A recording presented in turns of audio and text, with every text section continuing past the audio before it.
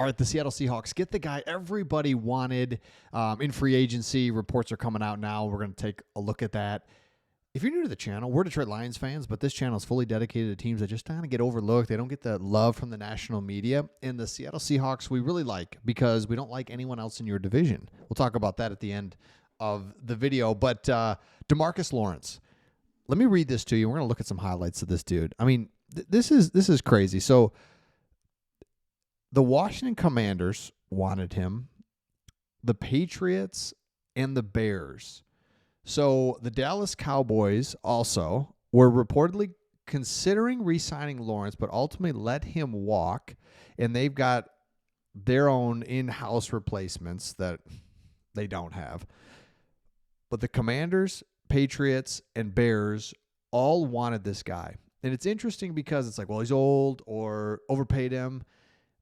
But listen to what your head coach had to say. And I think this is exactly what kind of emphasizes exactly the defense that you want. Your head coach said that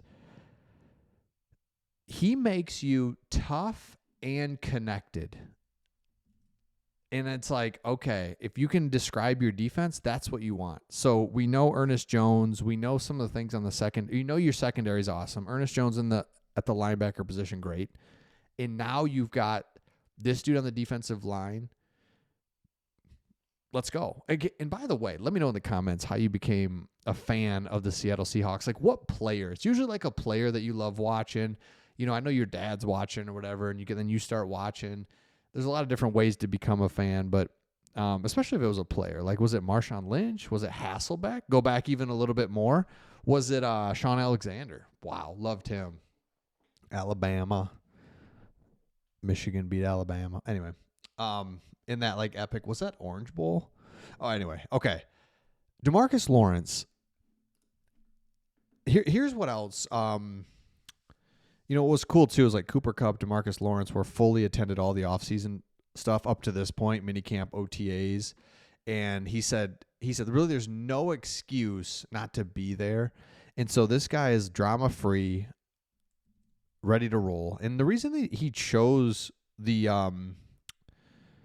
Seattle Seahawks was he still feels fresh. He said he's got a lot more in the tank, and one of the reasons that he signed as well was that because Aiden Dirty is a defensive line coach that he really likes. So he had options. He chose the Seattle Seahawks. It's exciting if you're a Seattle Seahawks fan because this dude, I don't know. I get it. He's older, but he's still like, and this is just your basic drill here, but those aren't, like, I wonder, jeez, just throwing those down. I'm wondering if us, like, normal humans could even knock those down. I'm sure we could. I gotta believe so. Okay. Here's the thing.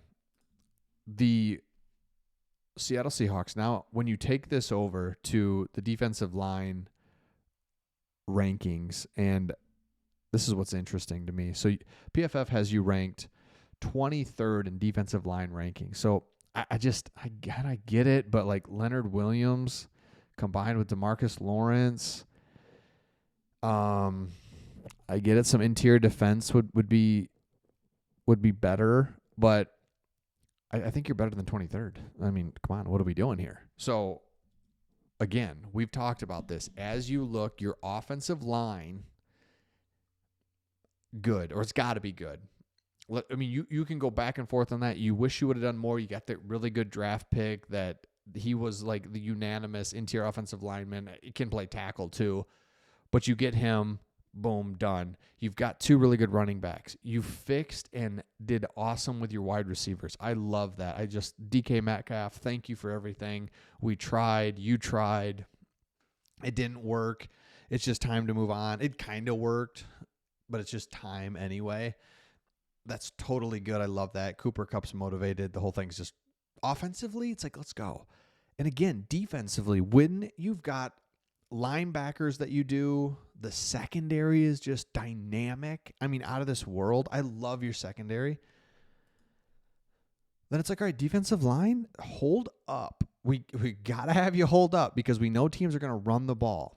It's trending towards that in the National Football League is running the ball. We have to stop the run. If we can do that, which we showed that we can once we got Ernest Jones last year, let's go. Because, again, you look around this division, you've got the pesky Cardinals that no one likes, nor do they love. You know what I mean? It's like, I just feel indifferent about you. Cardinals, I don't hate you, but I don't love you. The Niners are just, you don't have that intense, nasty rivalry like you had there for a little bit, but it's still like, man, you guys are amazing. I had to drop off last year. You guys are really good. We're really good. Let's go to war. Let's battle this thing out. And then you got the Rams, who you're just like, you're not cool. You guys, get away from me. That's just how it feels with the Rams. Like you want to beat them. By the way, let me know in the comments, like who's your most hated team?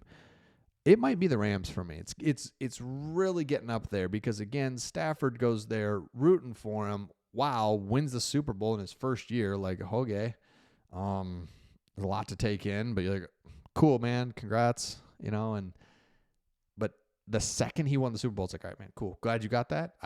I'm genuinely am. Now leave me alone, get away from me. I don't want to see you again.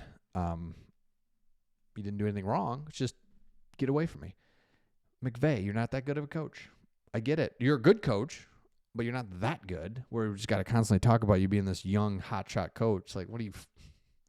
Not even that young anymore. You were at one point. And honestly, Jared Goff, you were just like this dude that resurrected Jared Goff's career. Clearly, he's pretty good because he goes to Dan Campbell, this meathead macho man that's like, and he's unbelievable. Jared Goff's unbelievable these last 3 years, leading his team to the edge of the playoffs, to the NFC Championship game, and then the number 1 seed in the NFC last year. So you're not like that great of a coach. So Seattle, please go beat the Rams. Please go beat the Rams. And I think Cooper Kupp is going to be so motivated. Let's go. It's all good. It's all good. So let me know your thoughts in the comments. How you became a fan of the Seattle Seahawks. Demarcus Lawrence had options, but he chose the Seattle Seahawks. You've got the interior offensive line. You got the defensive line. There's just things going on. So 3 weeks away from training camp, and that's when it gets real. It's pads come on, all that stuff. But it matters, and that's what, that's why you want to see what's going on, because in minicamp OTAs, it's like, all right, who do we got? Who's on our team? How's Gray's Able looking? But it's like, no, let's just get in there and see what we really got when the pads come on. So let me know your thoughts in the comments. Make sure you subscribe if you haven't, and we'll see all of you on the next one.